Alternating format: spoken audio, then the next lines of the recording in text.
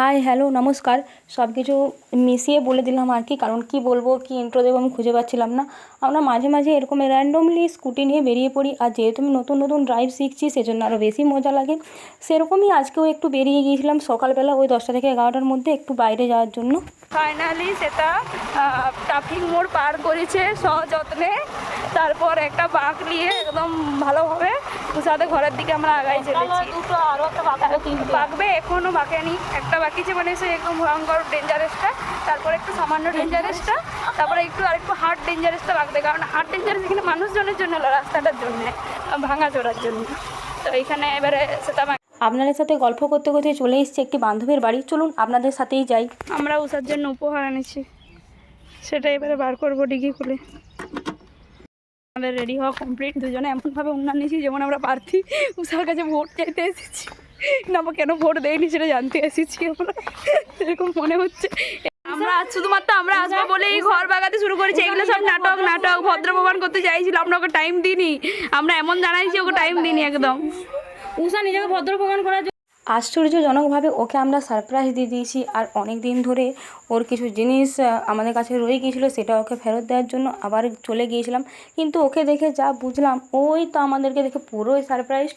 যদিও আমি ওকে বলেছিলাম, তাও জানি না কেন এরকম অবাক হয়েছিল। দেখো এখানে একটু ঘড়ি পড়ছে, চেষ্টা করছে। দেখছেন আমাদের সামনে ভালো সাজার চেষ্টা, আরো কিনা আমি ঘর বাগাই সেটা আমাকে বলেছিল বেরানোর সময়, যে সেটাকে উষাকে জানাই দিলাম, এবারে উষা ঘর বাগাই দিবে। সত্যি সত্যি এসে তাই দেখছি, এতটা খারাপ ভাবে বলেনি, কিন্তু বলেছিল, কিন্তু সেটাই ভুলে গেছে। উষালি যা বলবো উষা সেটাই বলে, ও কিন্তু বলেছিল যে দেখবি উষা ঘর বাগাই দিবে, উষা সত্যি সত্যি দেখছি ঘর বাগাচ্ছে, সত্যি সত্যি ঘর বাগানো শুরু করে দিয়েছে। টাকা পাবে, তার মধ্যে 50 লাখ আমাকে দিবে, না আর 50 লাখ আমাকে, ওই জন্য তোর কাছে জিরো বসতে দিচ্ছে নি, সব বিছনা জামা কাপড় রেখে দিয়েছে,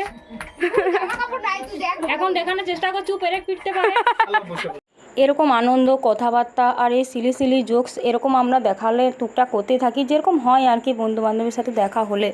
আশা করছি আপনারা সকলে এটাকে মজার ছলেই নেবেন, আমরাও মজা হিসাবে এগুলো খুব এনজয় করি এই আর কি। গল্প করতে করতে প্রায় অনেকটা সময় ওদের বাড়িতে কাটিয়ে ফেললাম। বাড়ি থেকে তো পুরো ঠিক করে গিয়েছিলাম যে ওখানে কিছু খাবো না, কিন্তু কে শোনে কার কথা, ওদের বাড়ি যাব আর এমনি এমনি আসবো, তা তো কখনো হতেই পারে না। আমরা খাবো নি বলার পরেও উষা এত স্ট্রাগল করছে, আমরা যেহেতু বললাম কাটার কথা, সেহেতু এখন চটকায় কথা বলতে জানিস নি।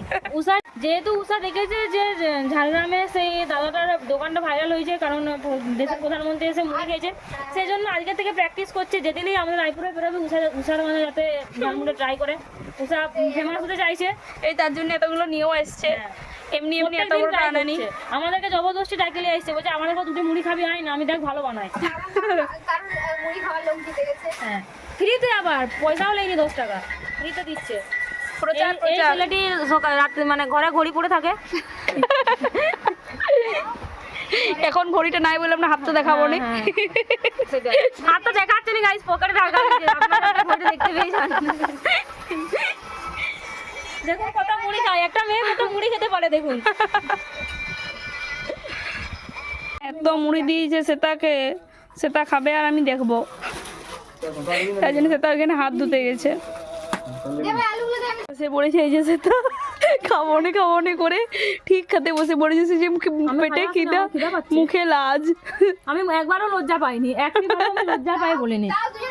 কিছুতেই আসতে দিবে না বলে সেটাকে ওখানে আটকায় রেখেছে, সেটাতে ওর চশমা ছাড়াই নিয়েছে, চশমা মনে হচ্ছে ফেরত পেয়ে গেছে, এবার হয়তো আসবে। সেটা রিয়া ফিরে পেয়েছে, চোখের দৃষ্টি রোদে ওইটা ছাড়া সেটা দৃষ্টিহীনের মতো থেকে বাইরে এসে বসে পড়েছি, যাতে আমার কোনো কিছু বলতে না পারে।